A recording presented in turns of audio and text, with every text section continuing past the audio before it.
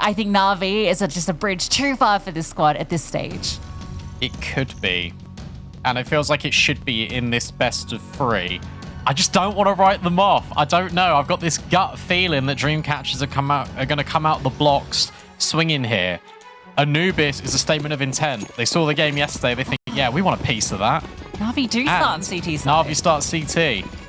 I don't actually mind that. I don't mind it. The only reason why is because you are doing that cliche of playing your own game, but you're not letting that result against Astralis rattle you. You still got full belief in your CT. That's a very different CT setup. We've got 3 players middle this time. Remember last time it was the double push into A main, and they got aggressive out B, and that's how they lost that opening kill, D7 push. But instead, it's Hanka sitting alone. She's going to drop defensive utility. This is all in anticipation. That smoke allows her teammates to push out through camera, and they're scaling. It's great for everybody, and it does not go well for NAVI. But the bomb's not down yet. Maybe Viku can deny, not expecting her to peek out. Elizabeth falls, and now it does look good for NAVI, especially as Viku just keeps on swinging. Fatal brought incredibly low. The bomb not in the grasp of the Dreamcatchers. Sostia needs to be the one that steps up for them. She's got the HP, she's got the armor. But the position does not feel good, but removing D7 might be the way in. Viku making it hard, swinging out. And this is just messy. This all just comes down to whoever gets the right timing, the right kill. Fatal has crept close. Maybe this is the play. Maybe this is the timing. A tap on it to bait in the swing. And the dual Berettas get gushed, but D7 hits the headshot. And it's Sostia with the HP advantage. 2 players to find. First is hers. Can't swing onto Viku. You said it best yourself. That was messy. That whole round was messy. But that was also NAVI trying to be a little bit unpredictable. VQ is loving life with the triple. But that's an interesting way to approach that for NAVI, because think about it. Hankers dropped that smoke at stairs, and they all tried to flash through and run beyond not only the camera smoke, but also Hankers. So it's all of NAVI running through 2 sets of smoke grenades, trying to catch off Dreamcatchers. And Dreamcatchers, they weren't caught off, but it's still VQ in the end, finding that crucial round for NAVI.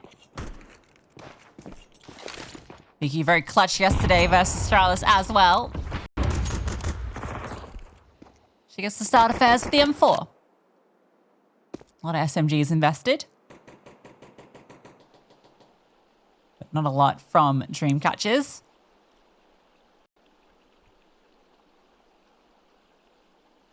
Nice little freebie for Hanka. Was just waiting for that play.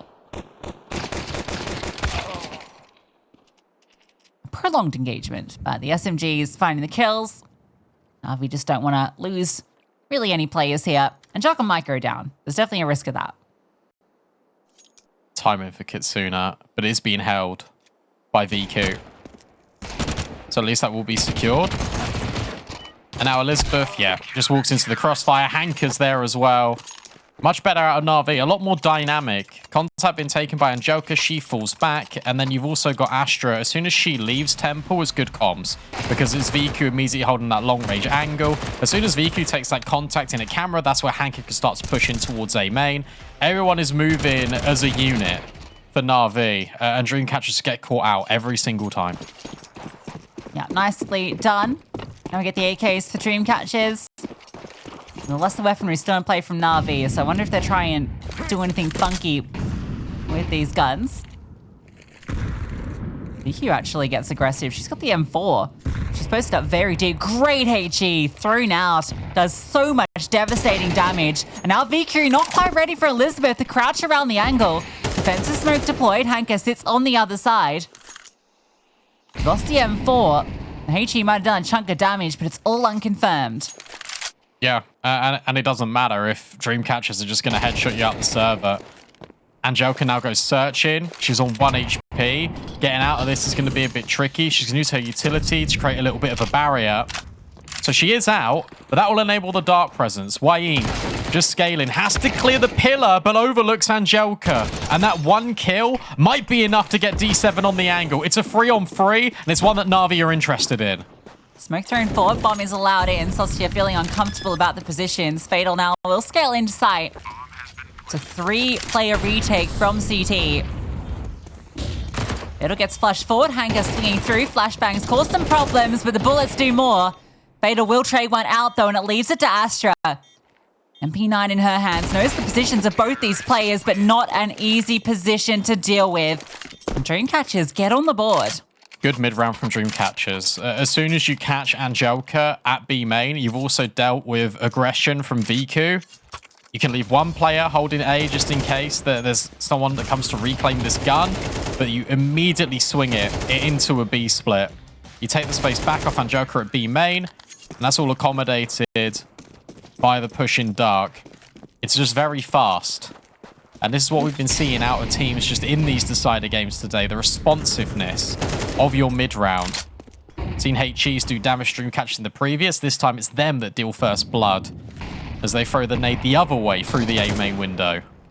It's crazy because I felt like that VQ play was either destined for like a multi-kill and just ending the round, or it just falls flat like it did. There was a real world where she just mows down everyone as they try and enter. So they were just dry walking into her her rifle. Now forced play into dark. Angelka's feeling the pressure. Has teammates by her side this time, which is a little bit different than last. Little flashbang's very nice, but dodged by Sostia. Defensive smoke deployed. Dreamcatchers might just try and bite off at the lack of head armor. A huge pain for D7. And VQ's brought down low. Astra will spam one back. With VQ on 1 HP, she's dead. And Hanka is left to pick up the pieces. It's all about now just trying to create individual fights, but it's so difficult when Dreamcatchers are so good in these afterplants, just consistently creating crossfires, and not even getting by Elizabeth is going to be a tough start. Again, it's the pace, and it's the decision to go in, even when it might not be the right call.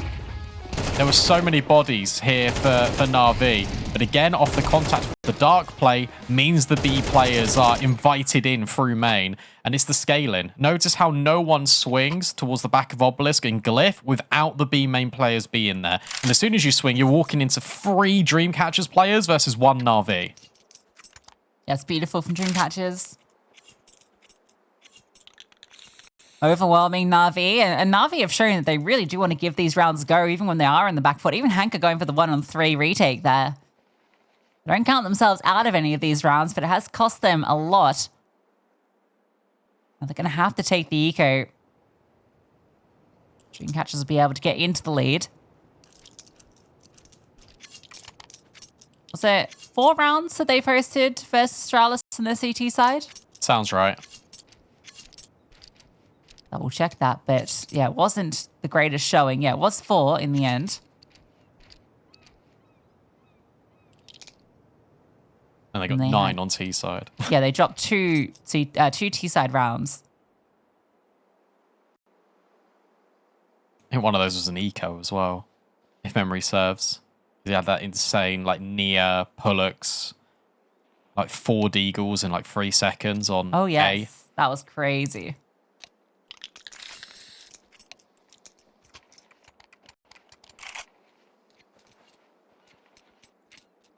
I think you're happy with this, your Dreamcatchers, because you're also putting early conditioning out in towards water, out in towards the B site. If your Dreamcatchers think you just play a slower round here, you wait to see if there's going to be a stack in play. But if you end B, you're not showing Navi anything different. And that means that they'll have to adjust in the next gun round. And then that's where you can start 5D chessing them. That's where you can start making them second guess, change plans. I haven't seen too much control towards middle yet for Dreamcatchers. Yeah, straight back to B. It makes sense. I feel like both teams just been kind of ignoring middle. B has been a big focus early on. Team Molotov does all the damage thus far in this round. So she'll hear this push out. She'll get all the information. She'll just try and hold on to her AK, make sure she doesn't get overwhelmed. Oh, okay, she's gotten overwhelmed. It's a nice little prize for Navi to take into the next round. Any more? They've got 4 USPs they can send at them.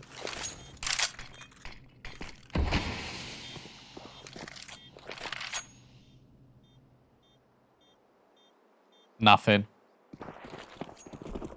No way. You gotta remember, the money's not amazing here for Dreamcatchers either. So, I mean, you can put Wayne with 35 HP out here in towards CT, creating a safe passageway. for her team. And making some money. That's when the rifle support comes in. Nicely done. Only a couple of casualties. The MAC-10 can upgrade to the AK.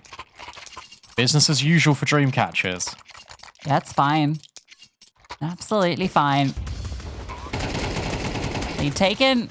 AK is kept for Hanka, so a little bit of extra firepower. I haven't actually seen the full slew of rifles out for NAVI. So it was very much SMGs and FAMASs that were fielding the floor for them. D7 gets the aggressive flash and gets a bit of information off it, as well as some damage.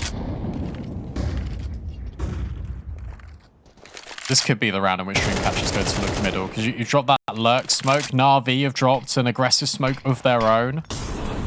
But here comes that mid utility. Astra immediately having to reply back. The thing is, because she smoked off, she has no idea what's happening. Has to go in towards the doors. Is there a flashbang to set her up? Yes, there is. Full blind is fatal. That's a really nice opener. Yeah, beautiful way to get that kill. They anticipated the push. Fatal tries to find that space. Could be that Dreamcatchers go back to what worked before.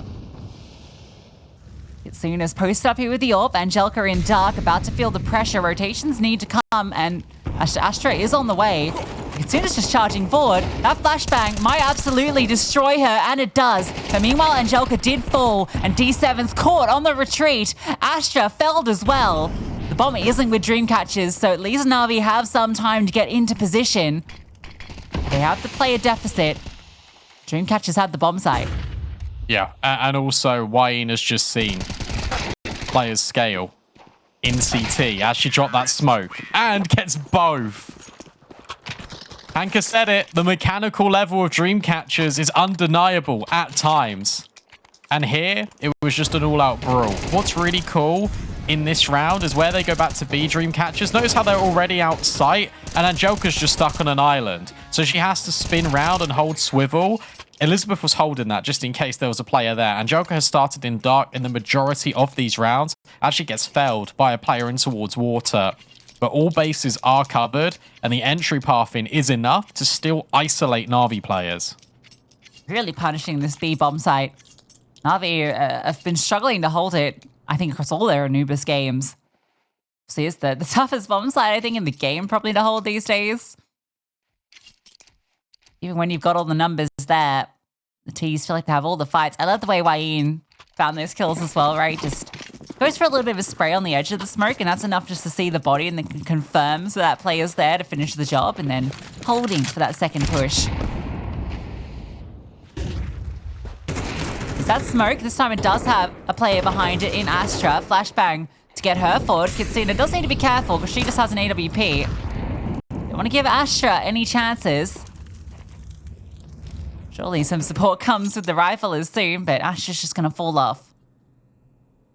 Now you need to fight an extremity here if you're NAVI. You need to look to try and deal with Elizabeth or group with Astra and fight A main. You need to take some space because Dreamcatchers will just reset and take water. BQ now alerted in towards middle.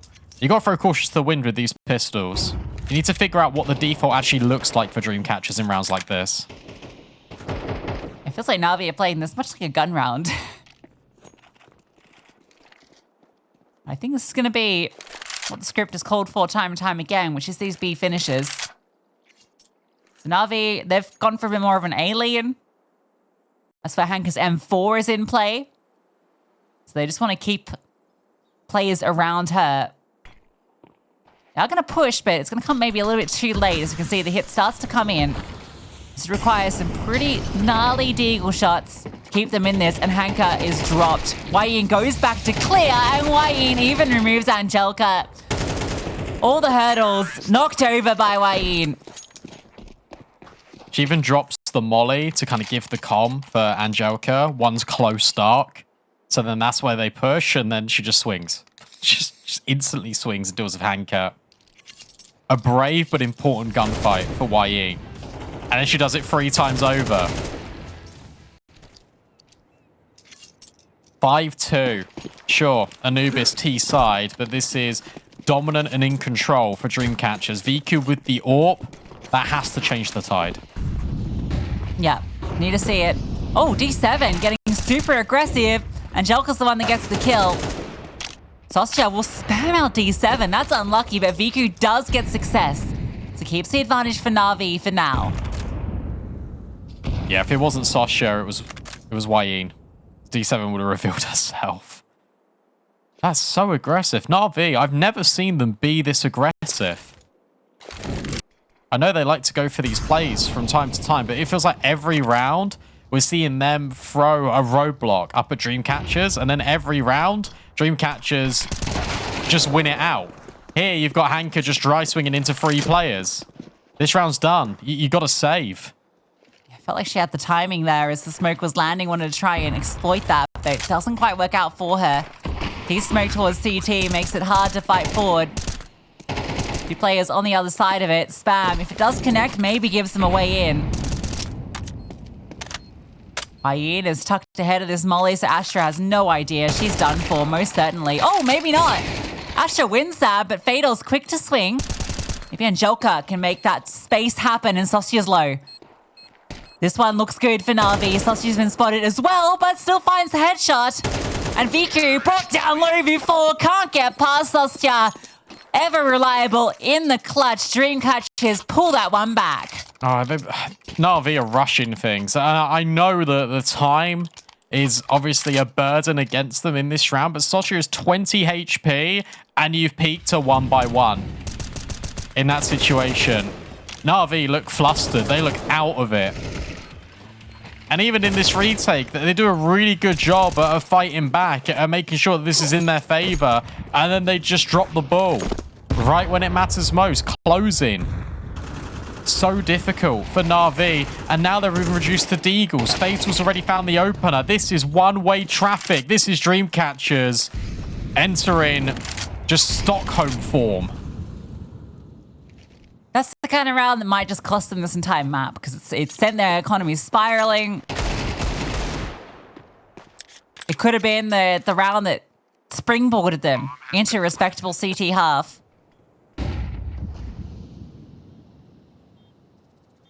Obviously, it's still recoverable at this stage, but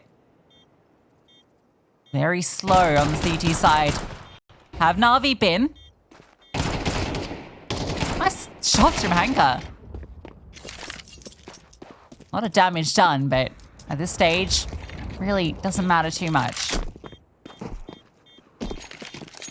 I just need Na'Vi to take a chill pill. I'm surprised we've not seen another pause enter the mix. Just take 30 seconds to breathe, because you're playing so aggressive. And yes, Na'Vi have got that in their locker. And yes, you do need to do that on CT sides to a certain extent.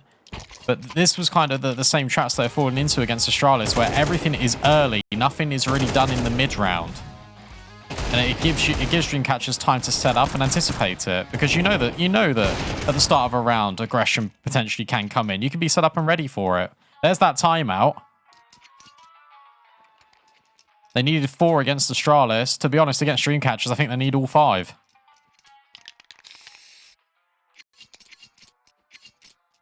So that's this one. Vicky's all back in play.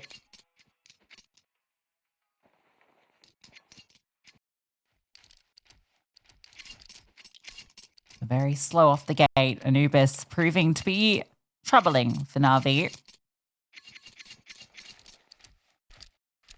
I think as well, if they do make it to Stockholm, this will be all the other qualified teams watching on, thinking, right, we know Anubis is a weak point for Na'Vi. Especially when they're always going to ban Vertigo. You've got that option in the veto. Kitsuna gets the opening kill. That one, easy as you like it. VQ flashed off. Goes back in, but another flashbang forces her to fall back. Utility of Dreamcatchers is something you want to watch. Just not only on T side, but on CT. The way that they flash themselves to peak angles. This is the most put together team we have seen in a while. I think their structure rivals some of the best we've got in the scene. Hanka tries to get ahead of the incendiary, and it's all a little bit of an audio cue for D7. And suddenly, all her teammates hit the deck. Astra left alone. 2v4 and can't even get by Sosya.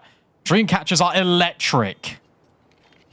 Just so explosive, isn't it? They just burst into B and they have no trouble getting in. Consistently overwhelming these defenders. Jelka and D7 struggling to find more than one on the defense every single time. And now Kitsuna's on the hunt.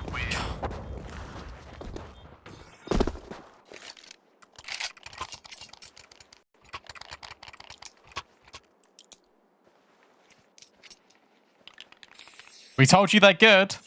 We did. We told you that Dreamcatchers are very good. And they're proving it. Here, this time, it was just an Angelica's swing. It was... That one felt a bit desperate. We need to get a kill. Let's try something else. Let's deviate away from the utility. Let's play a little bit more contact. That will catch off Dreamcatchers. No, it won't.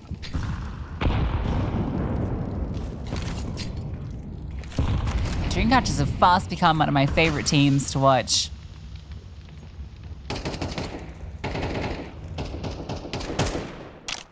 It's a pleasure to see them get to play on LAN.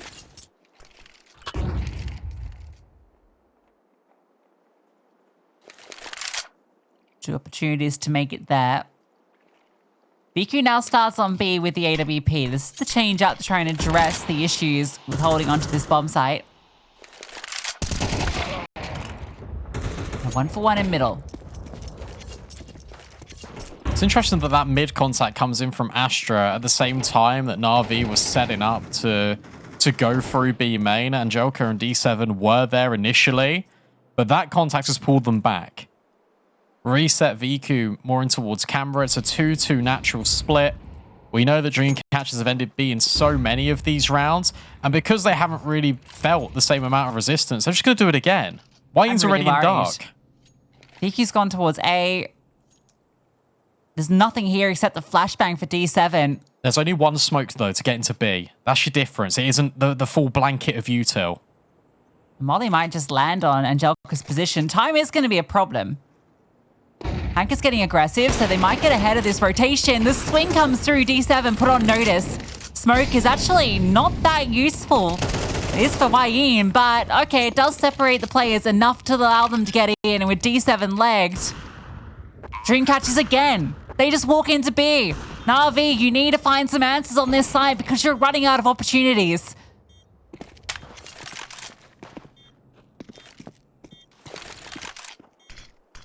There's no kit. That's the issue. There's no kit. Smoke comes in to mask B main. The nade has now finished off D7. Hanker tries to provide an outlet, but it doesn't matter because yet again, Hanker is left alone. And suddenly Dreamcatchers just all swarm in, taking these gunfights, making them unfair for Na'Vi. There is no chance in any single one of these rounds that they can retake. Crazy shot from Kitsuna. Yeah, I'm also surprised D7. I mean, I guess they just want the info for the hits coming, that D7 swings out like that, but gets you imagine it should troubles. be Angelica, right? You imagine it should be the Angelica jiggle B main, because it's safe because you're just stuck in the corner, and you're probably going to get mollied anyway there. She did get mollied. She was forced into the open. Wayne ran her down.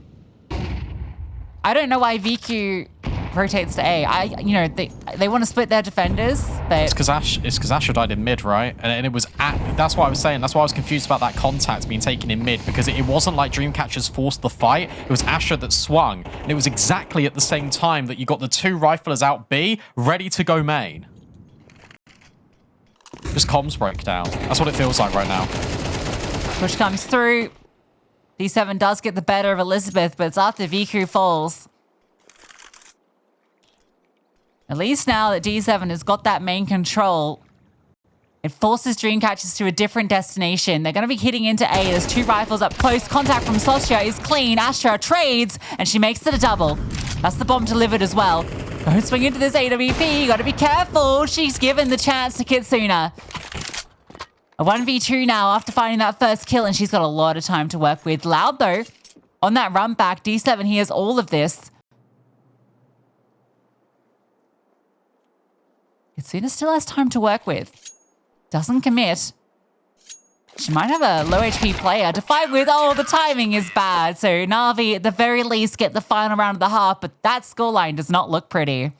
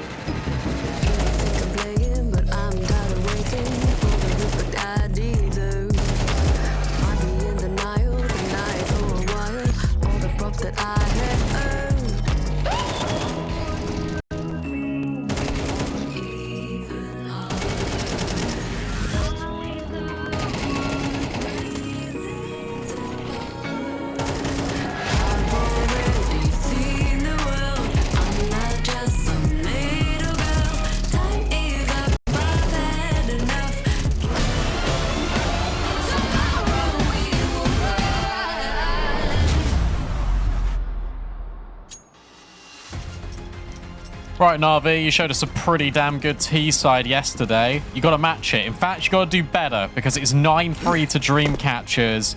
Stockholm on the line, and Dreamcatchers are locked in. Yeah, I don't think Navi can do this. Oh, not with Fatal doing that. Oh my goodness. Pack it up, pack it in. Look to Inferno. No chances for Navi. 2 on 5. The bomb's dropped in the canals.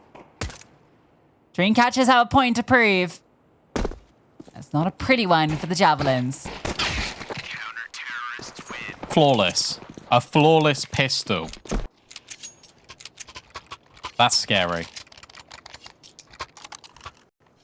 Now, I did come into this and I did say that I think Dreamcatchers have got the first map. I'll be real with you, I did not expect it to be this dominant. And there's still time for Na'Vi to build in, don't get me wrong. But this actually leaves me worried for Na'Vi for the rest of the series. Yeah, you know, I figured that, you know, the win over Astralis, because it was so close on Anubis, that Na'Vi would be kind of thinking, okay, look, our Anubis, we made some mistakes. Let's acknowledge that. Let's take a look at what we can fix. But such short notice, it feels like pretty much getting the same look at Na'Vi. And this time, there's no pistol round to give them something to get things going. Sure, you do kill a player in main, but that's not going to amount to too much.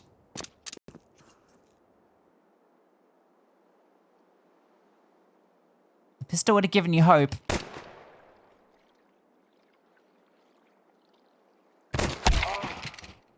This should just be a cleanup. If Navi can somehow overwhelm here, it feels unlikely given you've got Kitsuna and Elizabeth. I don't know, yeah. I know you're Navi #1 fan, but this is... Listen, this flashbang... Glocks, no armor. Yeah, there's nothing. Cool. Nothing. And that goes about as you expect. Yeah. Yeah. Unfortunate. Look, Vika can't afford an AWP either, so it's just going to be full rifles. They have got the better buy, in theory. But yeah, their time is running out here. And Dreamcatchers, the thing is, they're so full of confidence, they're just going to swing. They're just going to fight you. We've already seen how mechanically gifted these players are in the first half. And that's a scary prospect when you've got a team that's full on confidence, heavy hitters. At any moment, they can just swing you. And Elizabeth's top of the board. That's the crazy thing to me. It's because everyone in Dreamcatchers is in that form right now. They're all hitting their shots. Triple up in mid from Dreamcatchers. They're getting aggressive. Elizabeth looking for that fight. She will find it. Great swing from Astra though. A double up in return. There is still space out A because you got to shuffle your pieces over to mid. There's two states of mind now for Dreamcatchers. It's either you reset and you retake middle, or you leave it open, you gamble one side of the map. So it looks like we've got a double up in towards B. You probably will see Dreamcatchers go in towards dark to avoid potential temple swings. Sosha leaves A, vacates it to re-clear middle. If Dreamcatchers push water, there is a timing in which they could hit, but VQ is holding. A, completely open. Sosha doesn't catch any players in water, and D7 catches her. Loud in middle, so Wayne's going to hear this, but I mean, surely it doesn't matter at this stage. Astra is in the bomb site. Wayne gets herself an AK, and for Dreamcatchers, keeping these guns is good. Let that economy build up. Don't give Navi the platform to get back into this. Yeah, if you can save double AK as well, that's going to feel nice. Yeah, look at that. Little juggle. Fatal here, take this. Good round out of Navi. This is the initiative out of Astra to swing. Take that fight on towards mid, rewarded with one and the second as well. It's so important. There's been a disconnect for Dreamcatchers as well. Fortunately, it's on one of the players that is no longer in the round, so you can still hold on to these AKs. A little bit of risk taking. That's what we need to see out of Navi. Because if you're playing everything by the book, you're playing things too safe, I feel like the game will run away from you. Yeah. See that with less weaponry, Dreamcatchers did decide to get a bit aggressive, but Navi all ready for it. Astra on the swing. Critical double. Dreamcatchers will have a buy around these two saved weapons, so it still won't be brilliant. We'll be missing a little bit here and there, but for the most part, it's okay.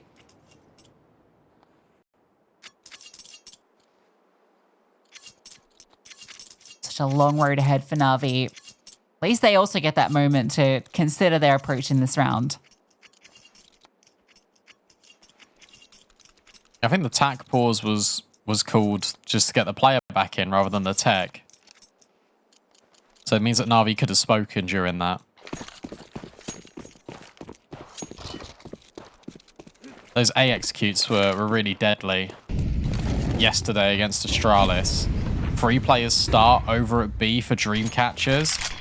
Looks like they want to fight water pretty proactively. Navi have thrown 4 of their smokes out immediately. A double onto B to kind of feign that it's going to be a fast play there. 1 into middle and then 1 in A main. So they really want to put up the wall of smokes across the map and deny information for Dreamcatchers. Yeah, I mean, you can do that, but at the same time, you need to make sure then that your entryway into B is a success story because now you have one smoke for your execute, and that's it. You have got mollies. Way in on the edge of that one. Will try and keep them at bay. Drops defensive utility. And in the open, she swings. She gets a second there. Unbelievable. And now Elizabeth in the back of the site needs to be dealt with. Angelica will find that kill. Dreamcatcher's defense on B looks a little bit stronger than Navi's did. And it means Astra and Angelica are now in the 2-on-3. And this round is a must-win. They lose this. She can kiss Anubis goodbye. Good Molotov gets the info too. Damage on Socia. Astra has full temple control, so they can focus their attention to CT. Angelica spots one. The spray is labored, and she has to reload. Socia surely able to swing and remove her. No, Angelica! She is the one who swings, and Astra is ready for Fatal. Well done, Angelica. Needed to be the controller in those gunfights. You couldn't allow Dreamcatchers to swing, and you said it. When she got the info early in towards dark on Socia, she immediately just went CT, picks one off, knows that there's a second player there. You got to be feeling hard done by if you're VQ, because that is a bullet not aimed at you through the smoke from Wayne. But all credit to Angelica. Makes the fights about her, puts it on her tempo. And now Navi, this T side. We've already seen it show resilience, and now we're seeing it again. Flashback forward for Hanka. There's a whole army of Dreamcatchers on the other end. You got to be so careful here. Nice little molly here would really do nicely. Oh, yeah. There you go. Oh, yeah, that's the stuff. Cooks them. Not quite the ace between her and Angelica. They remove them all without a single bit of damage done. It's actually interesting because I think you've got polarizing narratives for Dreamcatchers, because on one hand, they do struggle to close games. On the other hand, Fatal steps up in the second halves to close the games. So you actually look to her to sort of be the outlet, which is a really weird and interesting position for Dreamcatchers to find themselves in terms of being one player, as in like sparking the catalyst to close the map when you're already in such good control. Navi have got a never say die attitude. It's 11-6 already. They aren't going to give this game up without a fight. A little bit of variance. This time it's middle that the pressure comes on. Dreamcatchers bring 3 players to A. Navi wait for the smoke to subside. Now they can take this space. Fatal holds very slightly this camera position.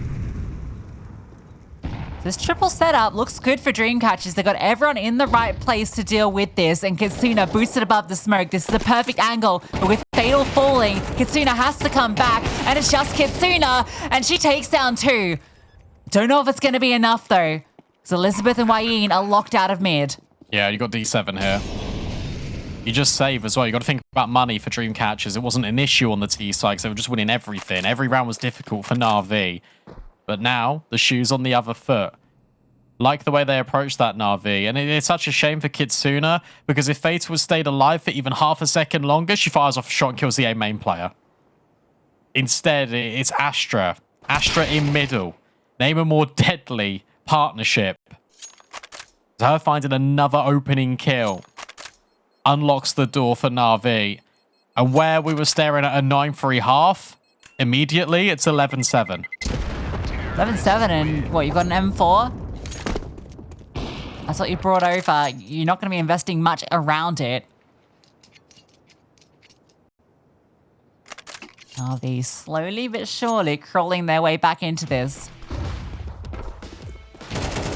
Hey, that's beautiful from Astra. Clean entry. Kitsuna does her best job.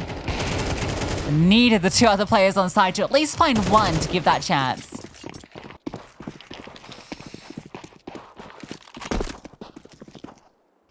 You know, Dreamcatchers are going to play the macro. They're going to try and min-max every single one of these rounds. You don't need to invest into this because you've got the loss bonus.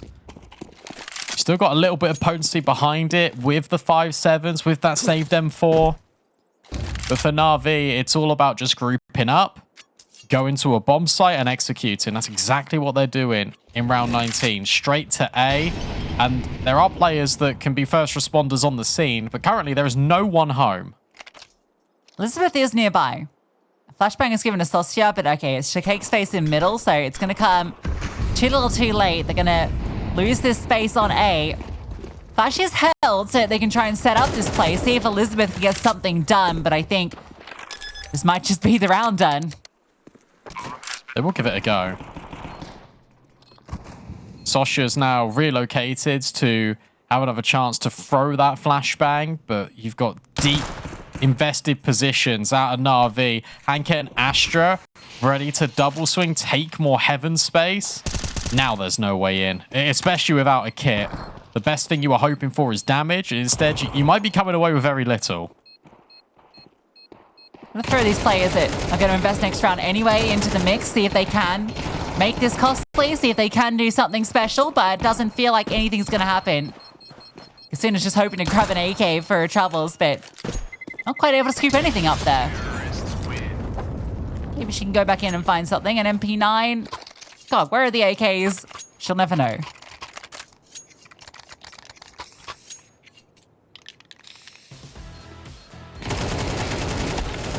Well held again.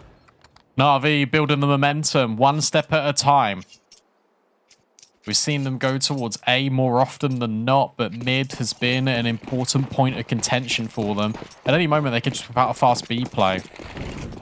I don't think it will be in this round. But they're doing the smokes to condition, to prevent peaks. How with the bomb being so close there, they might just run in.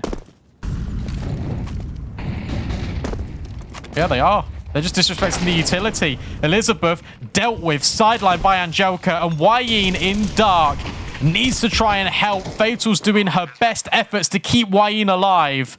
And between the two of them, they're in the site, but Na'Vi have also got the site. How is this falling apart? I don't think Na'Vi realized they've been able to scale in there. That's maybe some miscoms. Now they're smoked off. Oh, this does not feel good. This can't be the way that you can see in map point. But I think it might just be. They can't get Sostia off it. Anticlimactic to the extreme. They get in with a clean entry. And there's just nothing to follow up. Fatal wins that whole round for Dreamcatchers. She pushes that temple smoke. She gets the kill on site. All the attention's diverted to her. The fact that she's able to get into Glyph and live. But it does enough because it draws all the attention. It means Kitsuna can get on the line at CT with the orb, but it also means that Wayne can stay alive in dark. That was the fast play. Na'Vi wanted to throw in to catch out Dreamcatchers, and it didn't work. Just can't believe how that played out. Kitsuna punished, stays alive. Hanka really put the pressure on there, causes a lot of response from Dreamcatchers.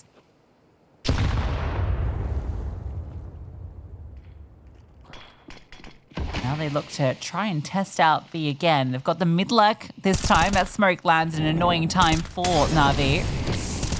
Wayne is forced back. Fatal. Catching Astra in middle means that it's just these B players trying to fight in. Hanka gets success. A mid push. Elizabeth needs something. Can't get a thing. There is going to be this fast flank, but it might come a little too late. Maybe. Now you know. If they were quiet about it, I think it could have done more damage. Kitsuna coming in from CT, I think they've already just called it off. If the flank was quiet, they could have done something for Dreamcatchers. But instead, Na'Vi with a point to prove. The wind's temporarily knocked out of their sails, but they rebound back with a faster play on towards B. They're proving it to themselves and the community. Hey, B didn't work last time. Guess what? We're making it work this time. They go in again. They make things happen. You got to remember that, look, even though this is 12-9, this is still Dreamcatchers with a frail economy. Nice little parting gift for Sostia. Doesn't mean anything though, because Na'Vi have money for days. Good kills from Hanker on the entries. This one here in particular is everything. Second timeout for Dreamcatchers. Navi slowly catching up to them.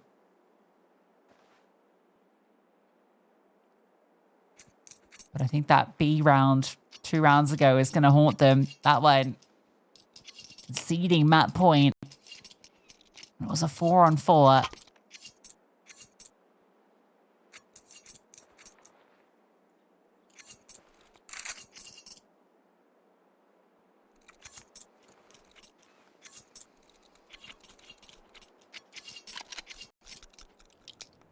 Those safe players actually, you can see the money is pretty good for Fatal and Kitsuna, so none of these rounds are going to be easy.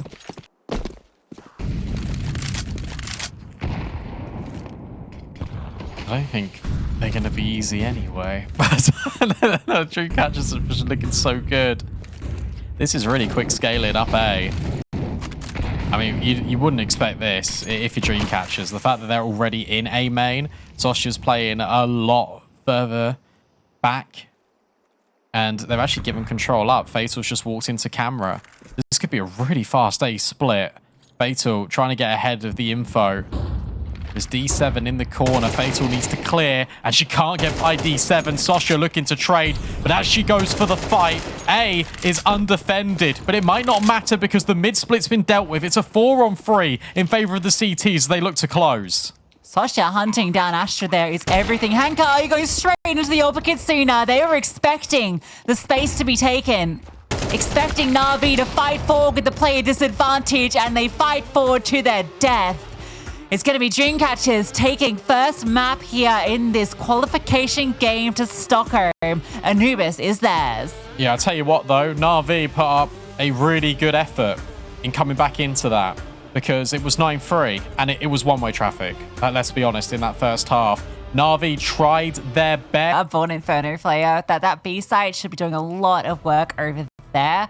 I'm interested to see kind of how the lurks play out. D7 had a pretty decent game, I think, in the second half over on Anubis, but I think VQ is the player I need to see stepping up because, as mentioned, it felt like she was just not present there on Anubis. We need the whole squad against a team like Dreamcatchers.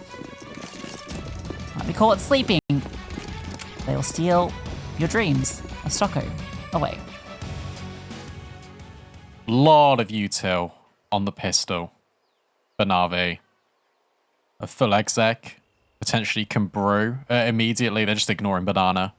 They're taking space into brackets. 3 players lie in wait here for Dreamcatchers. They're playing pretty passive as well. You've got Kitsuna holding this incredibly tight angle so she can fall back if she receives any pressure. Smoke out long will force her into the site, and these players have got to defend. Flashbangs are cool. They're going to get thrown over, and they work out perfectly. Soshia, yeah, she has to defend. What? She does it so well. Manages to take down 2, but Asher and D7 do get the kills back. So Bomb allowed to go in. Kitsuna very fast. She moves around from long. Kit in her back pocket. But they know she's here, so they're going to try and isolate. Kitsuna, though, finds 2. Ridiculous, and on the reload, she gets it off and takes down everyone from Navi. They tried to overwhelm her. They tried to get the space, but it's Kitsuna that's undeniable. That's ridiculous. Not only did she set up the flashbangs to allow Soshia to get her double, but then she's the one with no armor. In short, it's the right play from Navi. They make the right decision. It's just Kitsuna is better. If we've got a replay of that Soshia double, I think the second kill was on a balcony player. Like, it was absurd. She had no right in getting that second kill. Navi do such a good job of fighting back, taking the site, and then Kitsuna just does the rest. D7 gives Hanka the AK. Knowing that she is such a pivotal piece on these T sides.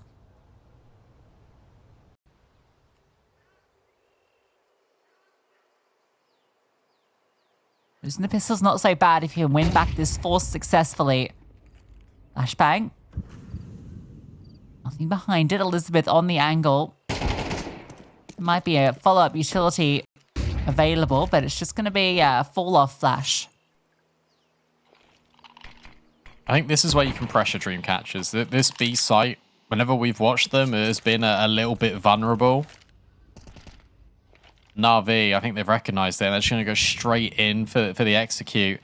There is a smoke and a molly, but most importantly, there's no flashes to disrupt the plans here of NAVI. And that smoke has just been replenished. You can either wait this out if you're NAVI, or you can just try and burst through it. You've got the HEs to break it as well. I think they're just going to wait from the looks of it. And there's no follow-up smoke, as you mentioned. So the only thing to disrupt them is this Molotov. That's literally it. There's no rotation coming either. You imagine Kitsuna might start to move as time starts to tick. Here comes that Molotov. Kitsuna is running her way over. Na'Vi are respecting this, but now they're about to pounce. Hanka gets the opening kill. That one's clean. Kitsuna will arrive, but Elizabeth's the only one on site. She's managed to stand tall for the first, and even a follow-up with the MP9, doing everything she can. But Hanka doing just as good. That's the bomb site taken. Oh, the spam nearly connects on the planter. You can still go for this if you're dream catchers. There's a lot of utility at your disposal. It's all about this after plant for Na'Vi, and it's all about how Hanka works herself an opportunity. VQ looks forward, ready to drop the molly to prevent the progression over at Church. It needs to come in now, and she needs to live. Just about manages it, but Hanka falls at the same time as VQ, and it's just D7 on the Deagle. Needs to find something, can't find anything. That's an instant retake out of Dreamcatchers. That's just messy from Na'Vi. They do all the hard work, the re-smoke lands, but VQ's so tunnel vision on getting this molly down. And it ends up not really doing anything. It just forces them forward, and they're caught off guard by it. Great the time's ticking down.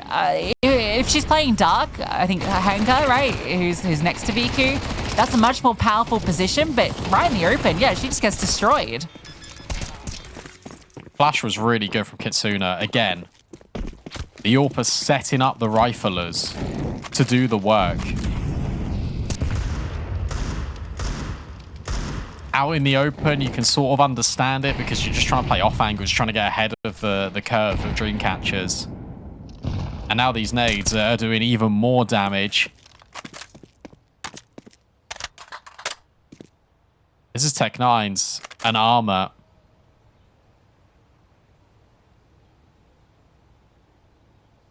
This should be Dreamcatchers taking a third, unless they get overwhelmed by the techies.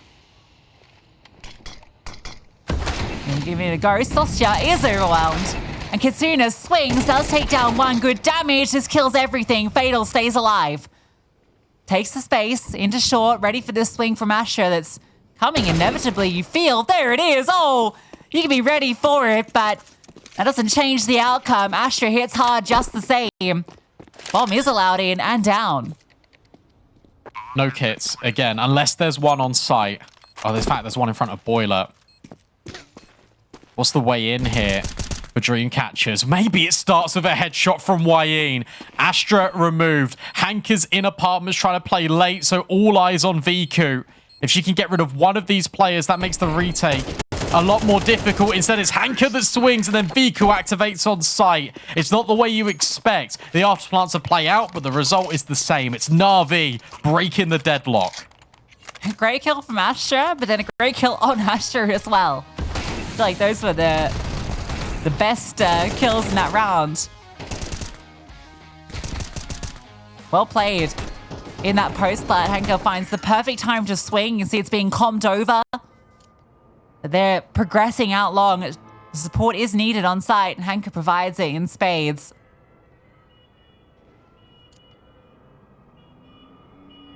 Tech9's get it done. Dreamcatchers still get a reasonable buy into this, but Na'Vi win this, they are broken.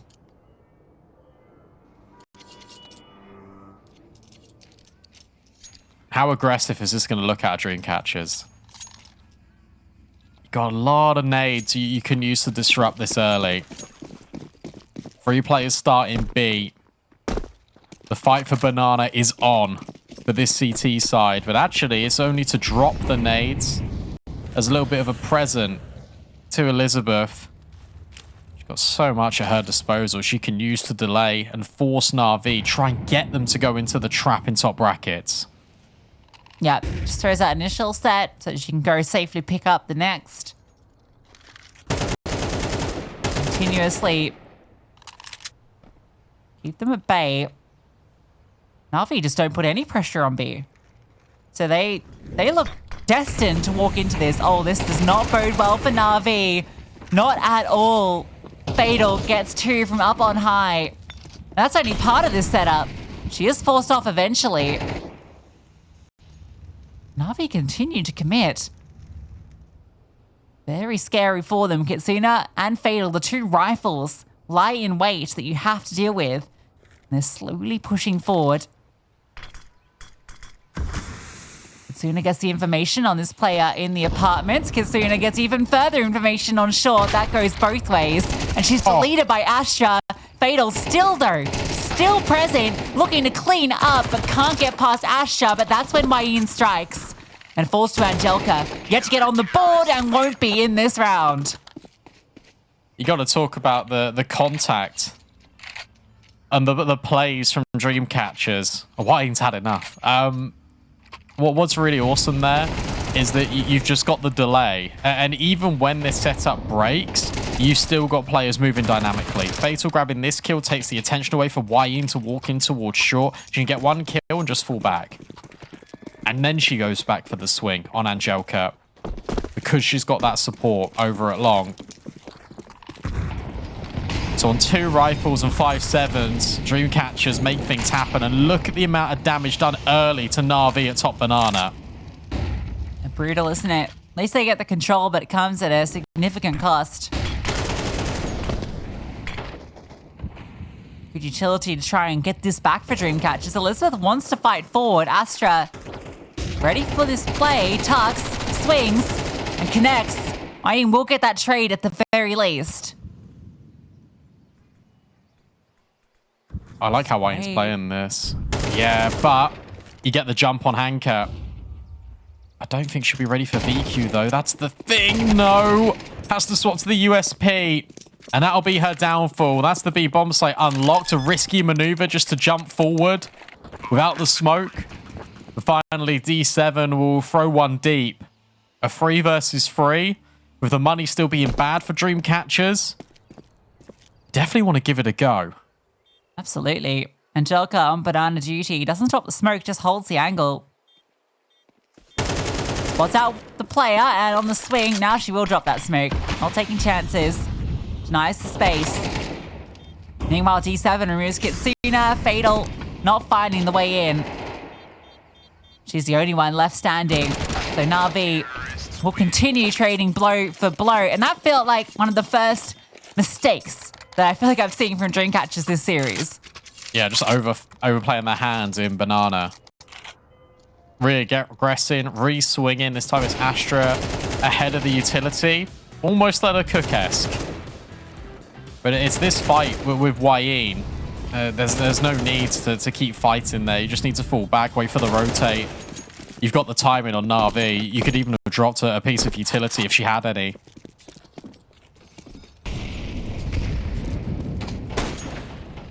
Oh my gosh.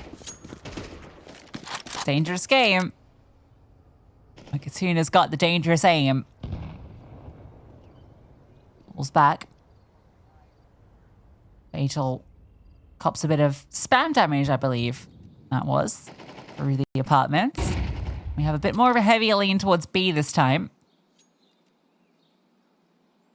And this is not quite the same force by Dreamcatchers had 2 rounds ago, where at least they had 2 M4s. This one, 3 5.7s.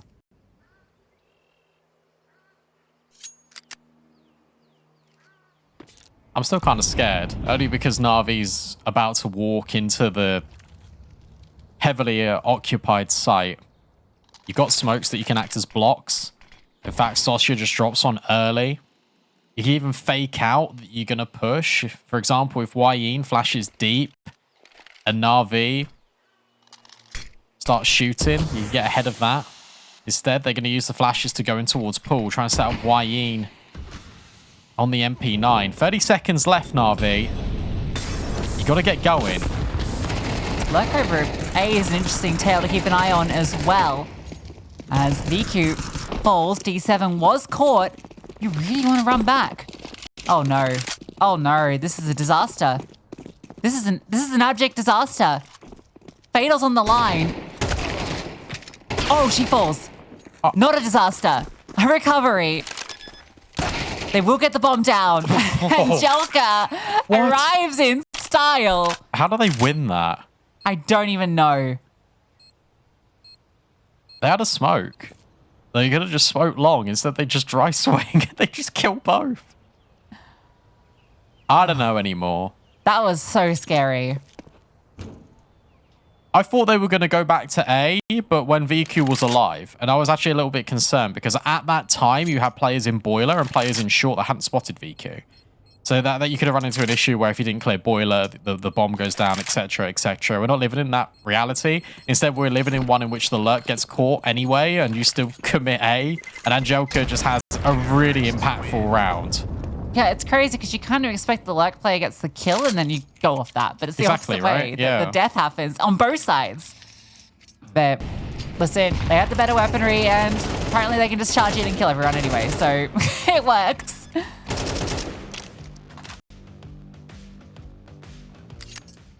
Yep, that's a bit of a nervous smile for Angelica.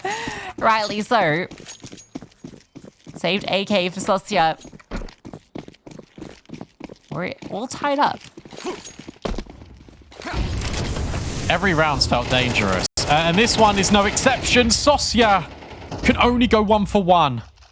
But there's still tripwires in place on Banana. It comes in the form of pistols. It comes on the back of Wayne's swing. She'll be pushed back, but Fatal deals with D7 in second middle. And she could go on a lurk. All these players have Navi armor. are penned in. Get rid of that AK. Oh, I'm so scared. This is just like the last round. None of these feel easy. You just There's gotta nothing. go. There's nothing for Dreamcatcher to defend with. There's a pistol, USP, and there's this tucked in 5.7. That's it.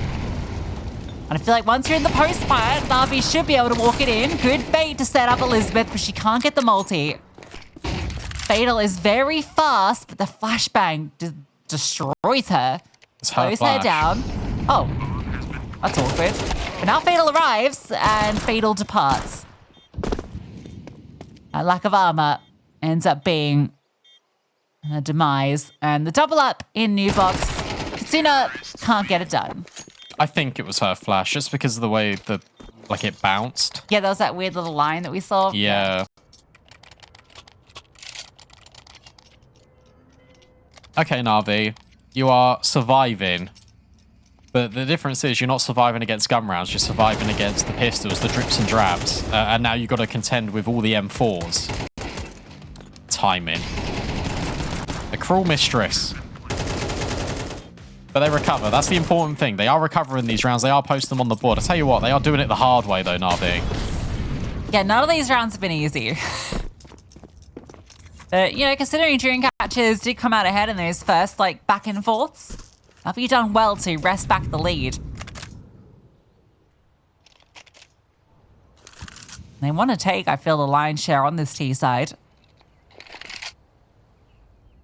We've got this 4-player lead. Spam, a little bit of damage. Oh, they're just going to go, Navi. I think they're just going to pop B. Which would be the right call. There's only Elizabeth here. Yeah, They're going. Elizabeth, can she get anything on the spam? Oh, the tracking actually looked really good for a second, but misleading as very little damage done. So yeah, perfect call. Perfect call, straight in. Bomb to be planted safely on the fountain. 5-on-5, Dreamcatchers. Do they give this retake a go? Wait, no kit? I mean, you do with that kill. Wayne finds Angelica. You're right, no kit, but they are here in time. And there's very limited utility for Na'Vi. They keep trying to get ahead of everything, but it's Hanker full blind, but asserts control. A multi-kill. Astra chimes in with one more. There's enough players for Na'Vi. And it's again the act of survival. It didn't matter. Na'Vi win the fight. Hanker with a double in a tough position to get the multi as well. Very exposed there, using that fountain spire to her advantage. Wayne gets that opening kill, but Hanker rests them back. And then nice little push through the smoke as well. D7 locks it in.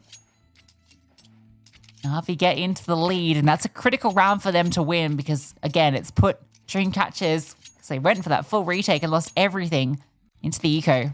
Really good call out of Astra as well, because that's the first time we've not seen early utility in top banana for Dreamcatchers. You know, thinking, why are they doing that? Have they gone for 4A? That's the read that Astra got, and that was the correct one. Elizabeth just didn't have enough utility to block. Normally, we're seeing this top banana half full util. Didn't see it that round. Didn't see anything early.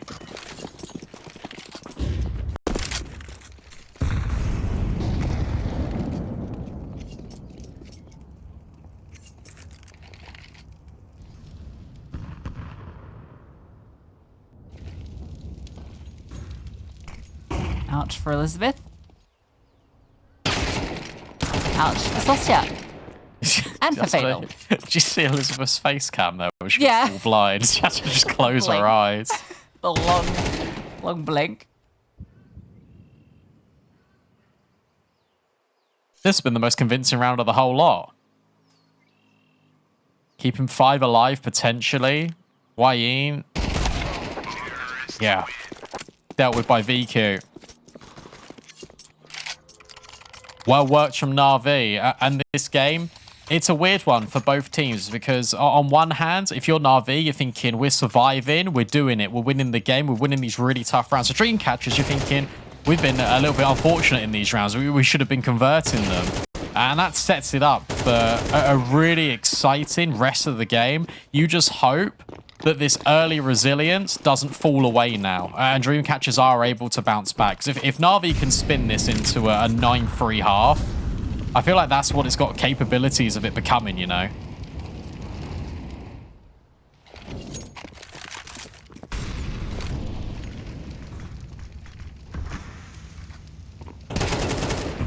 D7 again finds success in the apartments. Fatal oversteps. With an opening kill, NAVI with the world at their feet where they want to take this. Kitsuna's AWP is hunting, hoping to find something. Good time to expend the utility to take back top banana, at least for Dreamcatchers. She is hefty. You need to have Kitsuna pushing to look top middle. You need a rotate. These smokes are well and good, but they're not going to last forever. With Kitsuna holding this passive line in towards Boiler, you're completely devoid of all knowledge. Elizabeth fighting forward at the half wall. This has to be cleared by NAVI. And it isn't. And somehow, it's Wayne and Dreamcatchers holding top banana. There was a team kill in the mix. And yet it's still enough. These two players here, D7 finally silences the reign of terror on top banana for Dreamcatchers. It's a 2v2. The bomb. Oh, gets over, but D7 doesn't. Tries to make a play in the smoke. All right, Angelica, this is your moment. 1v2, and they both come together. Kitsuna solves the AWP. But the timing, perfect for Angelica, but can't line them up. Sostia ready for it. D7 tries to get tricky in the smoke, but the HG destroys her. And NAVI trip over Elizabeth top banana. Yeah, they just... I don't know. I don't know what that was from NAVI. They felt like they needed to take the space into at least the sandbags. But they're all running through the smoke. They're all on top of each other here. And then Wayne can just swing on the timing. That should never have gone that way. NAVI tried to force an issue they had no business forcing, really. They had time.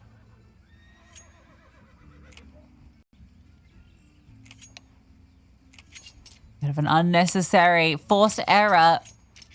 Dreamcatchers around.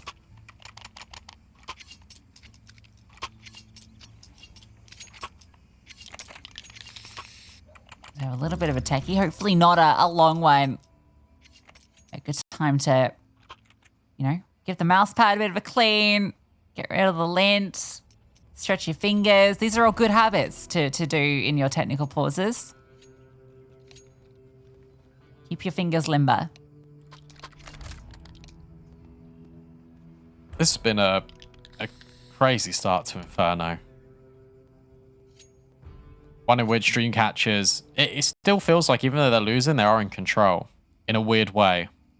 I don't know if you share that sentiment, but it feels like NAVI, apart from that one round where they finally broke the economy and they won with 5 alive, like they're fighting back in these rounds rather than Dreamcatchers being the ones that have to come up with a solution. It always feels like it's NAVI. Yeah, I mean, Dreamcatchers started on the strong foot, right? 3-1 up, and it's felt like every round that NAVI has got since then, none of them has been easy, as you say. And yet they are getting them for the most part. Should have had that one, they know it. Now Kitsuna once more, but removed. Gets the kill into Astra, but the trade is immediate.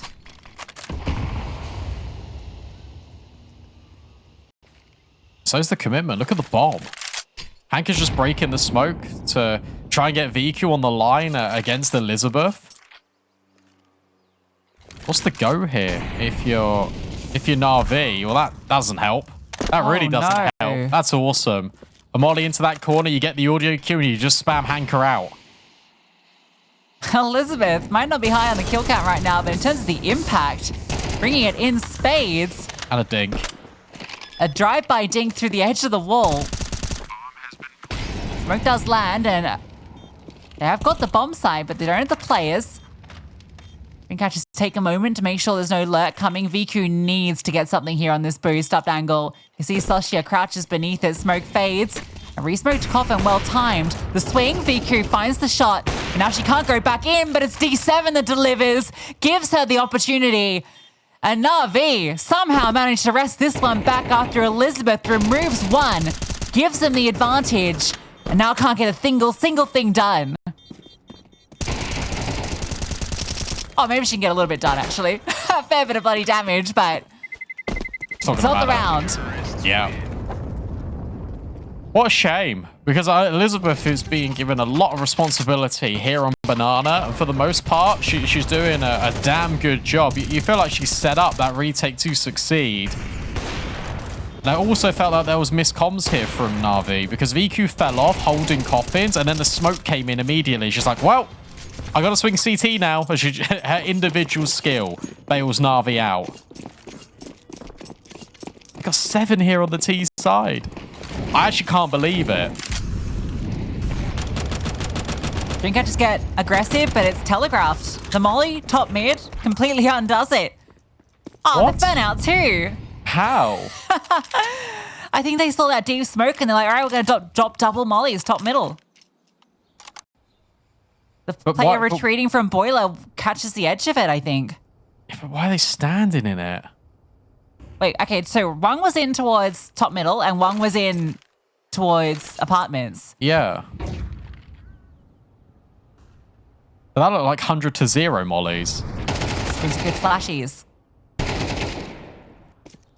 Well. That's 8. Oh, yep. There we go. 8.5. Oh, for NAVI. They won.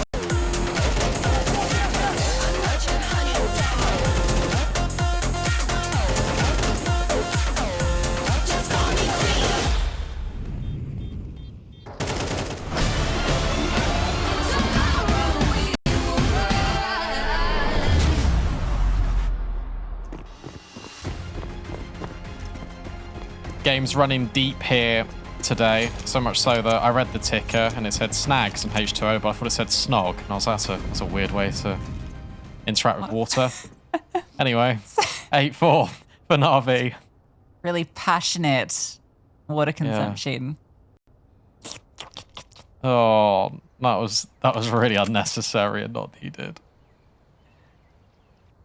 Well, this pistol's necessary and definitely Set the water drink to catches. me after I snogged it. Astra drops the swing defensively. She'll fall back. Dream catches a set control. They want to go? Yeah. Astra, you ready for this? Oh, she's ready. Oh, I've seen Astra do disgusting things from this position before. It's just the one. But yeah, you've got players in the back lines. It's Angelica stepping in where... Speaking of disgusting players with the USP, a tap through. They force their way onto Astra, and Viku falls as well. Dreamcatcher's looking to get 2 for 2 on the pistols on Inferno. Running down D7, but easier said than done. Oh my god, this team with their USPs is filthy. And that's Dreamcatchers making the right call as well. Understanding that you lost Banana, you know that NAVI are going to come in from CT. The fight, close range, in towards Church, and then D7 delivers. So many exquisite shots in the pistol, but that is the pick of the bunch. That is a top 5 play of the day. They should all just play with USPs. Come on, that tap. Oh my goodness. That third shot, yeah. Shocking.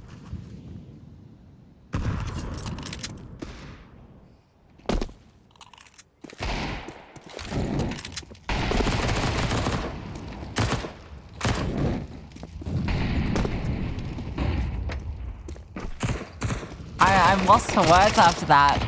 I can't believe that round was started with us talking about snogging H2O. We got that. So maybe we need to talk about that more often. Yeah. Isn't there a that was my takeaway from the round. VQ finds Wayne. Angelica ready to do battle with VQ. Well, now she needs to step in. There we go. Only 1 casualty so far. If NAVI keep it at that, that is absolutely lovely. Come on, Angelica. There we go. Is that necessary? Yeah. Almost. 10-4. Almost lost her M4. I guess it's fine. One of the MP9s could have upgraded. This is a statement, isn't it? Yeah. Yeah, NAVI very comfortable in Inferno. Can any team beat them on it?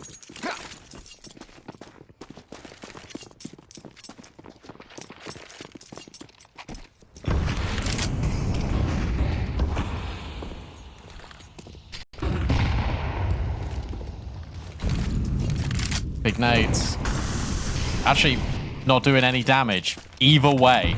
Little nade. So it's a stalemate in Banana. But now, that's better. Over at the half wall, you should expect these players. Hanker just swings wide. Astra's here with the MP9 as well, but gets out of dodge. Needs to rotate. Will get one from Viku. Viku's got a full set of util as well. Dreamcatchers aren't committing at all. Smoke lands. I don't think that's the best. Is there a little gap on the side? Possibly. They're not going to peek it. Oh, no, they are. I lied. Surely you clear this. There's no way. Oh, no. Oh, dear. VQ needs to hit this, and she does, but can't get away. NAVI have allowed the red carpet for Dreamcatchers at B. Yeah, that new little spot in the corner there catches people a lot. Golden Smoke almost catches Kitsuna. Second attempt at it. This time no one spotted. Celestia anticipated. Oh, Angelica converts. But again, the swing is instant from Kitsuna. D7 needs to come in clutch. Cannot get past the AK of Kitsuna. Dreamcatchers win out their first gun round. NAVI aren't in the best position. Inferno's not quite done.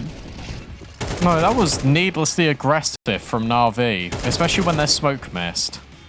They think, oh, okay, we'll just take advantage of it. I don't know. They tried it. It didn't work. So Dreamcatchers will respond.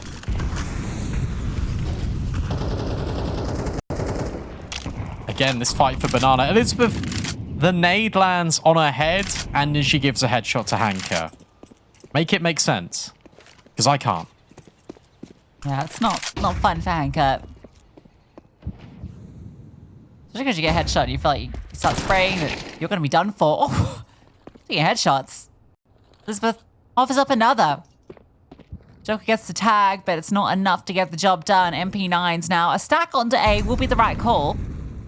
At least at this juncture, if Dreamcatchers do commit. Which does look like they will do. D7?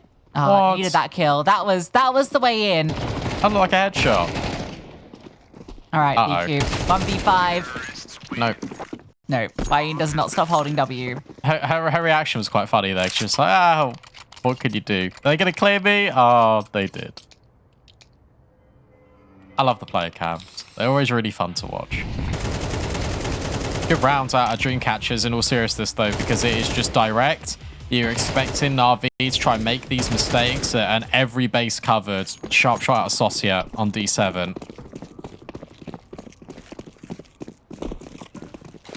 (10-6) for Lico. That was a force buy. That didn't feel like a force buy, let me tell you. No. Lacing Hanker immediately, and then he felt pressure to swing. It's going to stack in brackets. And boost up. Free Stack long. it. Didn't like that one? Okay. Fair. Bracket, stack it, yeah. Yeah. Yeah. It reminds me of, in the UK, I don't know if you had this in Australia, but for some reason, when I was younger in schools, they were like, okay, we need to create an activity for kids that will just make them, I don't know, not do devilish things. So they created this thing where it was like stack cup. It's like called like speed stacking, right? And it was like you had these 6 cups and you would literally just stack them. It was really weird. Oh. I don't know why. It was like all the rage in my school for like 2 weeks, but like it was the teachers like heavily forcing us to have these like stack cups things. I'm gonna try and find what they're called. That really unlocked a memory for me. Hang on. I'm familiar with the, you know, the. I don't want to. No, it's not the TikTok. It's not the TikTok weird thing. That's not from TikTok. It's actually it's called speed stacking. Yes. What's a real thing? Yeah. So I'm not just making it up. No, but like, what's you just want to stack the cups quickly? Yeah. I don't know. Okay. Well, that makes you happy. I didn't. I sucked at it. Oh, hang on. Let me live react here. Look at this for like 2 seconds. This chicken is my live reaction. All right. Fastest speed stacking ever. I gotta watch an ad. Oh, unlucky. I've just got a loud ad playing and I can't hear the. Great. This is great. Oh, he stacked pretty quickly. Yeah. That's what they wanted us to do at school. Thank you for illuminating that. Back in my day, we just played with sticks and mud. Yeah, back in the 50s. Yeah. I'm sorry, you're not that old. 60s. Dreamcatcher's looking to take top Banana again. Remember iCup? That's a classic schoolyard prank. All right. It's seen as up. Doesn't see too much. Utility very low for both teams, really. Ooh, that sticks around a little bit there. Good molly, though. Throw that retake util. Ooh. Actually works. That molly's just going to make them go away. Well, defenders are here. 3 players in sight. Can they deal with the 5 dream catchers coming their way? D7 on the balcony. Good timing on the incendiary. Will slow them down a little bit. Wayne stuck behind it, making Clear that she's here. VQ pushes through the smoke so that she's on the site as well. Everyone ready for this split, but Sasha draws first blood, and D7 spray doesn't connect. Oh, that's devastating. That's Hanker and Astra saving. Oh no. That was it. That was the round in which NAVI, despite playing very passive setups, had all the information, because you've got the molly. That one tick from Wayne, the 4 damage she takes, is enough for info. VQ runs over. You think they're really selling the idea of D7 not being on the balcony, but shots just don't connect. Save cool. You said it. Will they hold on to it? Hanker's praying to hold on to the M4. Fatal. Oh. Won't be able to deal with her. And neither will Wayne. Okay, well, that's remarkable from Hanker to hold on to, well, now an AK. It's a small consolation prize. Great kill from Sostya. Yeah, that one's just unfortunate, really. This is now 10-8. Bear in mind, this was 8-4 half. It was 10-4, right? Yeah, true. No gun rounds for NAVI yet. No money for NAVI. Ooh, scary. Catchers stacking these rounds.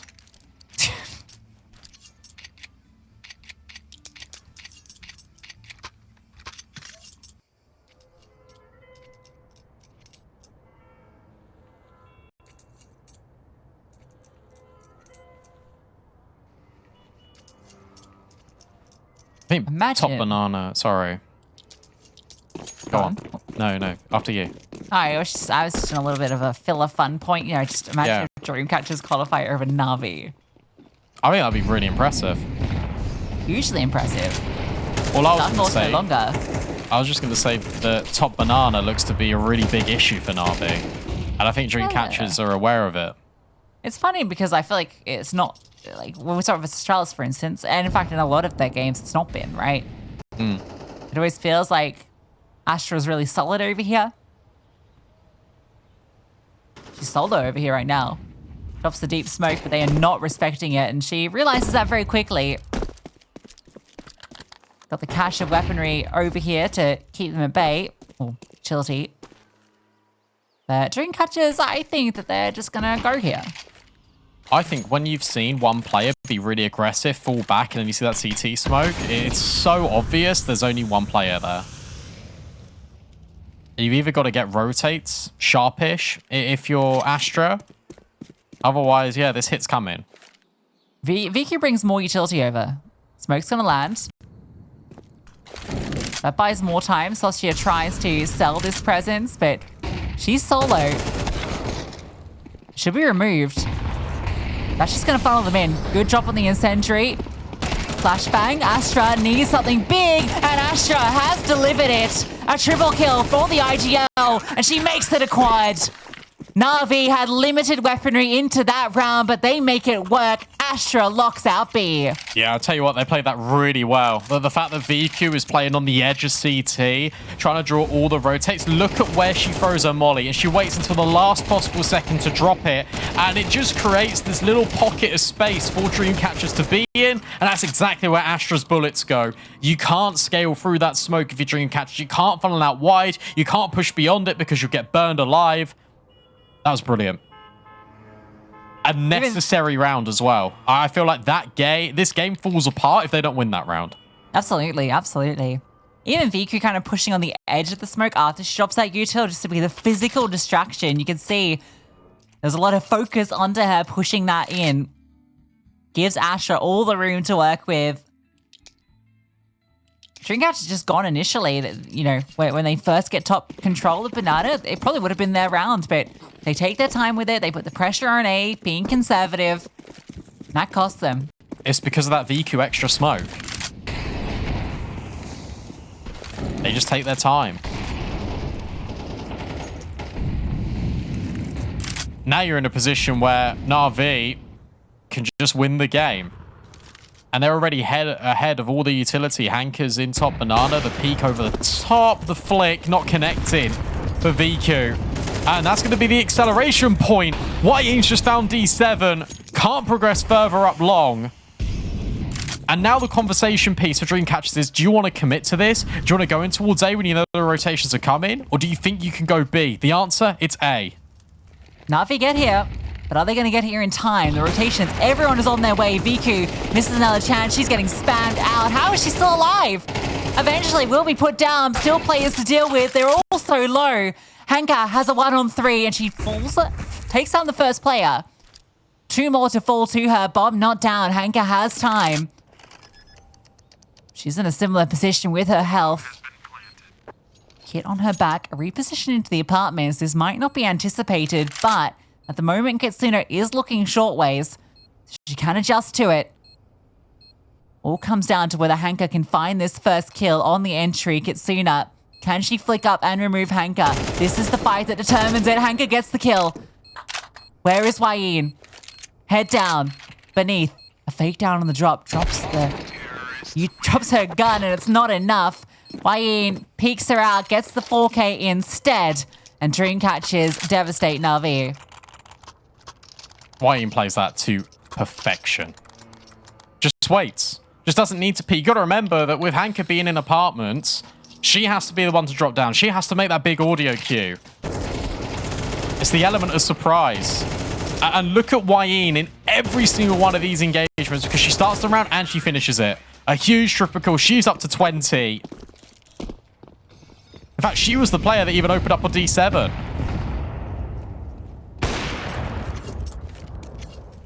VQ opens up this one.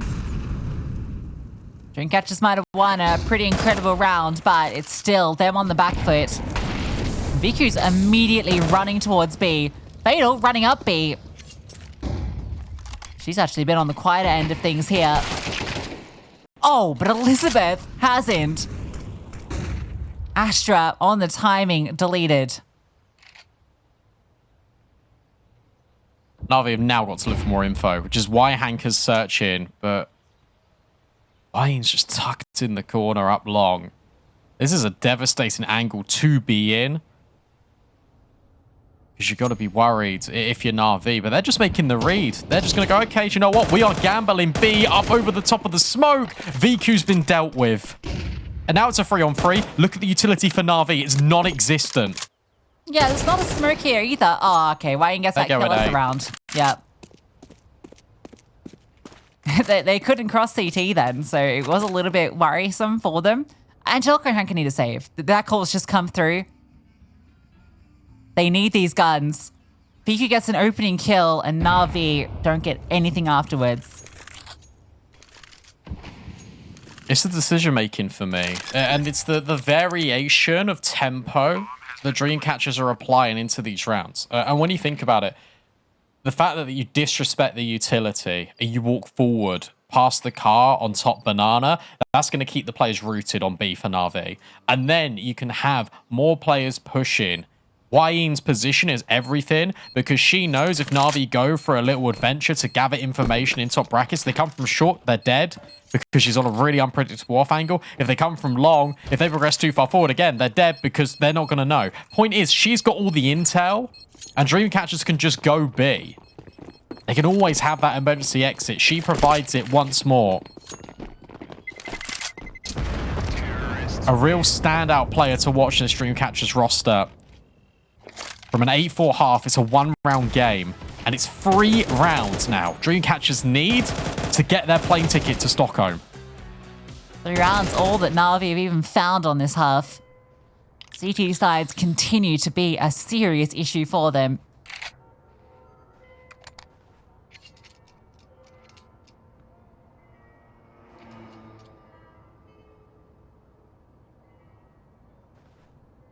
Pause for NAVI.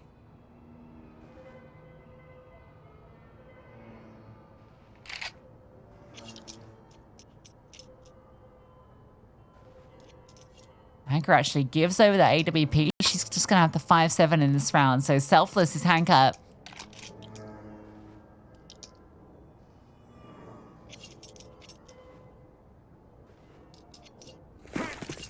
You got the opener last round. Needs to find success this time.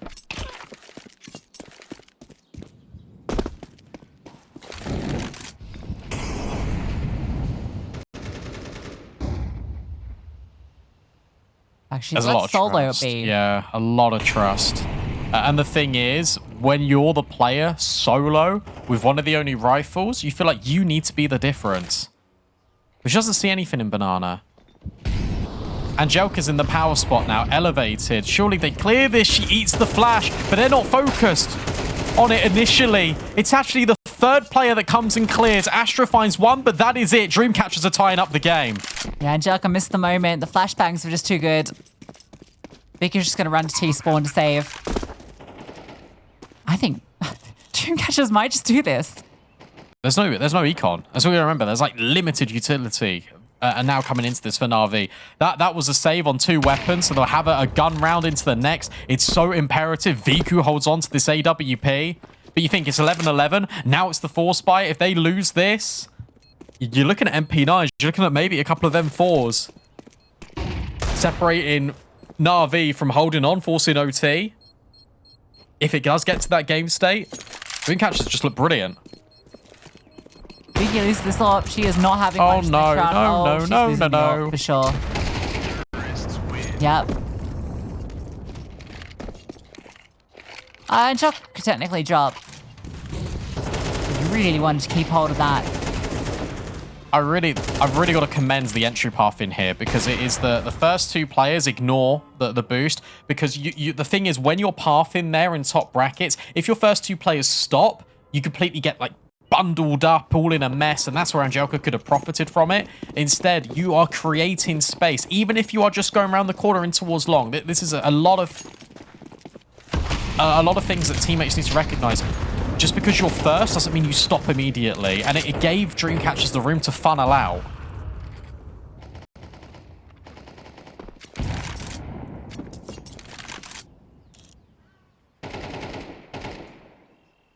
Viku solo B again.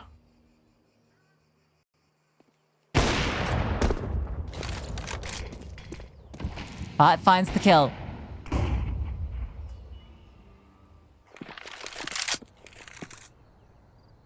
And that's going to force Dreamcatchers towards A. This is what Na'Vi want. This time they have all the weaponry here. All the utility, everything they need. It's the best position Na'Vi have been in for a long time. And they're playing passive. So you have to come into their crossfires. You're not the ones to disrupt them. Hanker's angle at Library is so good. But instantaneous trade out of Sosia. They will be wrapping here. There are still 3 defenders to get by. And the Moto smoke makes things tricky. Do you dare push your own smokes to go into spawn? God, Angelica almost dies just from that Molotov. Are they going to commit to this A play? And this smoke on Library actually kind of tells them this is happening. Flashbang. Not going to do too much. They're in. Angelica gets one. Astra. That's the key player. Kitsuna. 1 versus 3. The map for point for Stockholm. Can't get it done. Angelica with low HP doubles up. And Na'Vi find map point. Just that extra player B in there. Because if Astra's at Banana, I tell you what, Angelica might get 1, but she's getting traded. So they set the trap, and it's the AWP kill. That's enough of a deterrent here for Dreamcatchers just to commit in towards A. And they had so many chances to move away from this, but they were so committed. Where they got that long space, they were like, okay, they don't know. They did know. They were waiting. It was a trap the entire time.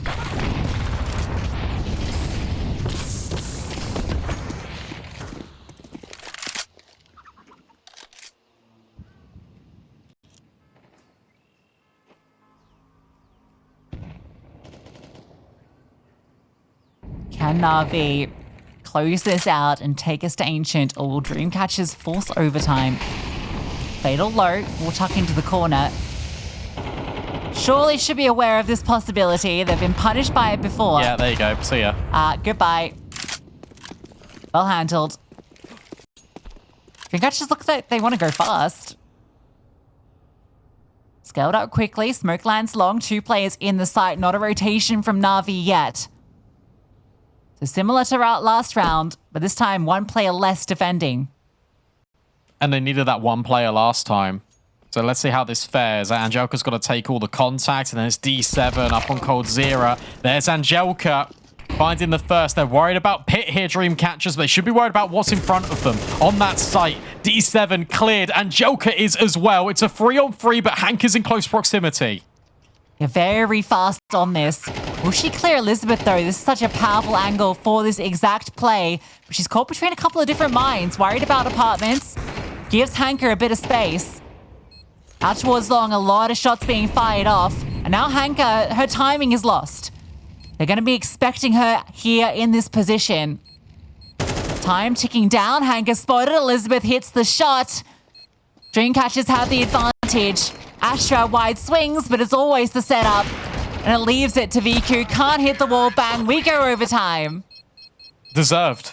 Really deserved out of Dreamcatchers. This T side has been fantastic. It's the Navi defense again, looking limited. It's really similar to our first best of 3 that we had against Big versus Let Her Cook. The CT side is so troublesome here for Navi. Dreamcatchers, I think that they work this brilliantly. The fact that they're able to get rid of Angelica and also be pre-firing D7 at the same time. And when they're in afterplants, they don't move. They know the pressure is on Navi. Even in that situation, even when they've got the scoreline against them, they trust their setup. And they're the ones that get the best reward from it. More rounds, extension of play here on Inferno.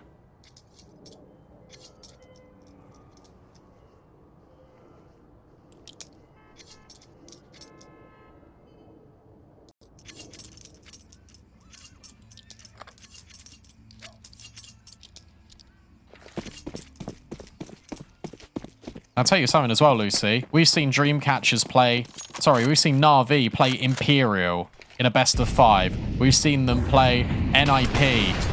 We've seen them play all of these top European teams. This is the most trouble someone has given them. That's the crazy thing.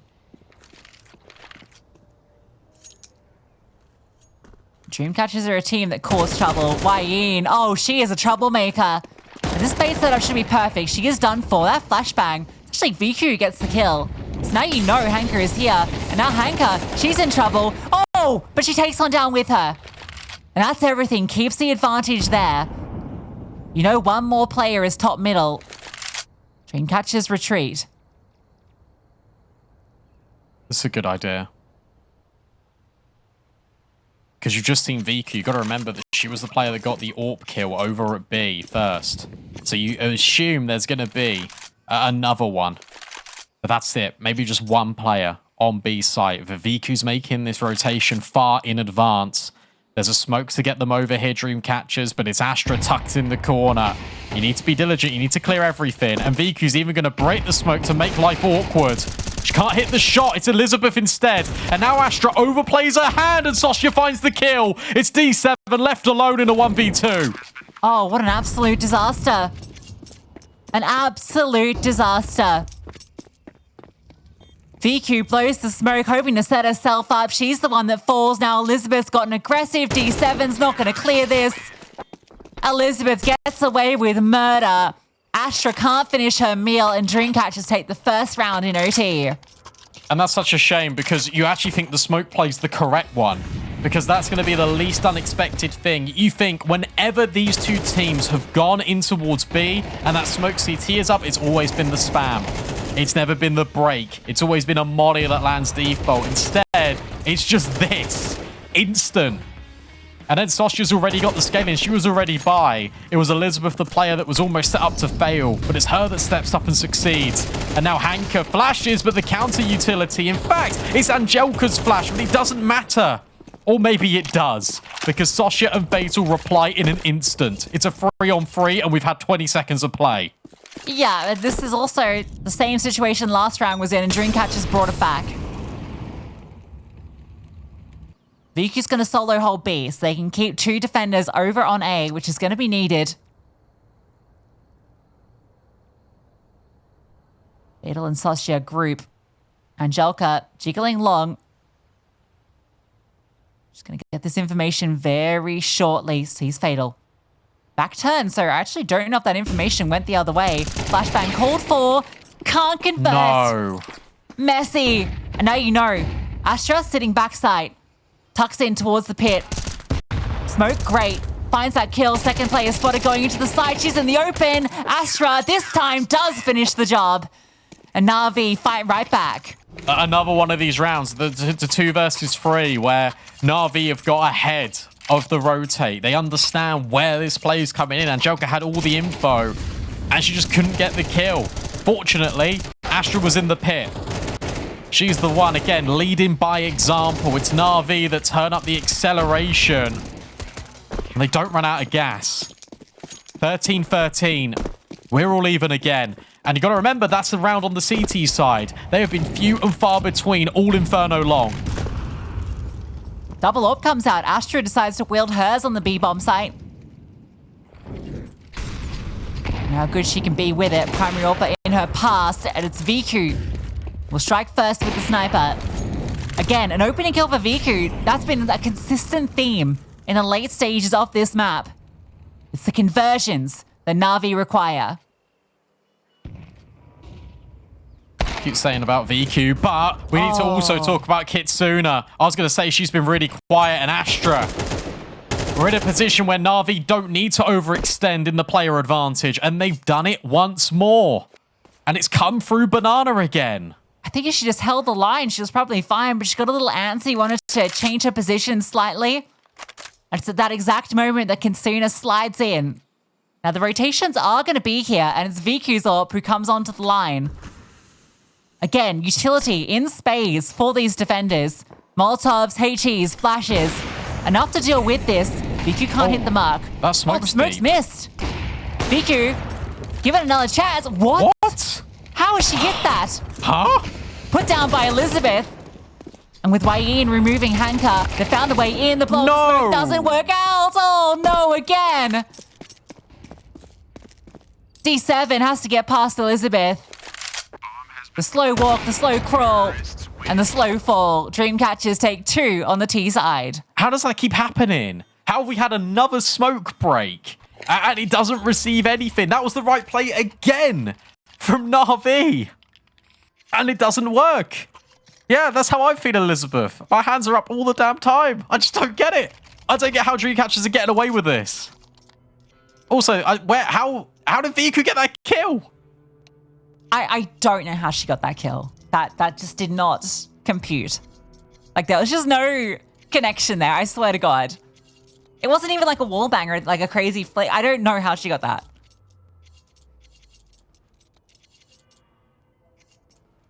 Doesn't 2 matter. rounds away from Stockholm.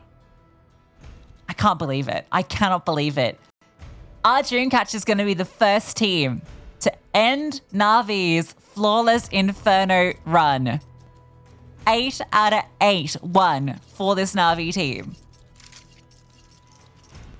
Now, the next question is 1 round on that CT side enough in OT? 8-4 halves. What were Na'Vi doing well on that offense? It was Banana. They were getting a lot out of Banana. It's just whether Dreamcatchers can hold on. It's just frustrating for Na'Vi, right, that half, because it feels like they could have got all 3 of those CT rounds. They got the opening kill in every single one. That's more on them, though, than anything else. Yeah. Because the reason why they lose that previous round is because they're allowed back in towards B, a Dreamcatchers, because Astra's over peaking. Yes, they're doing well to get these opening kills, but then it's the mistakes after, and it's the small ones that mount up to a catalogue of errors that suddenly allow Dreamcatchers back into this game. Dreamcatchers have been allowed back into this game the entire time. This was an 8-4 half, and now we're in OT.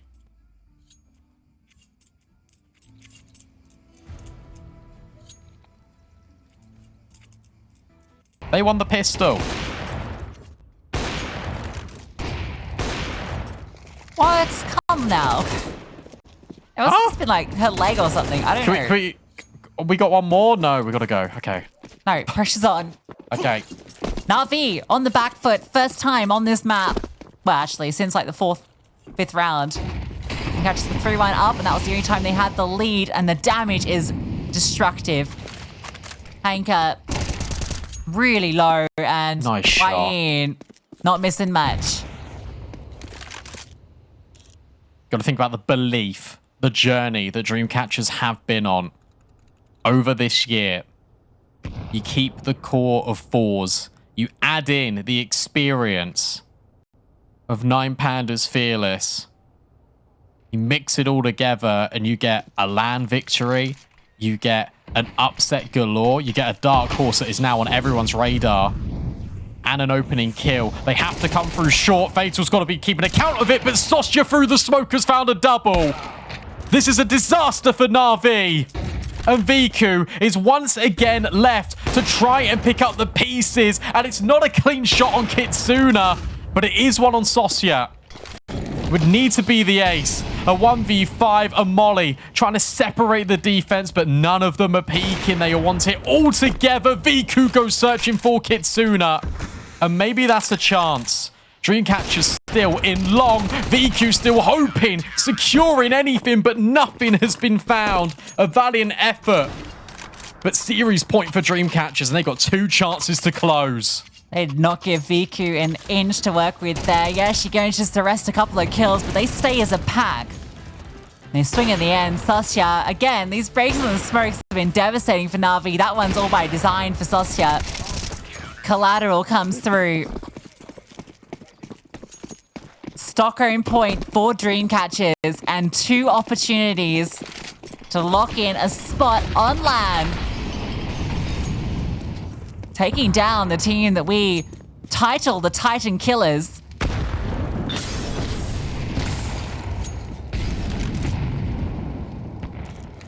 Great util to get Kitsuna off the angle and get Viku on it.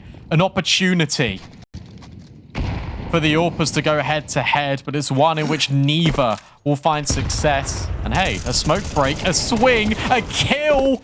What? 2. D7 looks to try and pick up the pieces. There's a 3rd player here in Fatal. She steps up in big moments. And Viku left again in the clutch. Stockholm, they can taste it. They can feel it. It's a dream worth chasing. And it's one in which Viku's got a minute to try and rectify the mistakes Na'Vi have found themselves in OT. That force fight might cost them. Kitsuna's on the line. A jiggle out, but she doesn't bite. And it's Dreamcatchers that do what everyone thought was impossible. The underdog, the dark horse, Dreamcatchers lock in a spot in Stockholm over NAVI Javelins. One of the best in the world. They break the Inferno streak. And they find themselves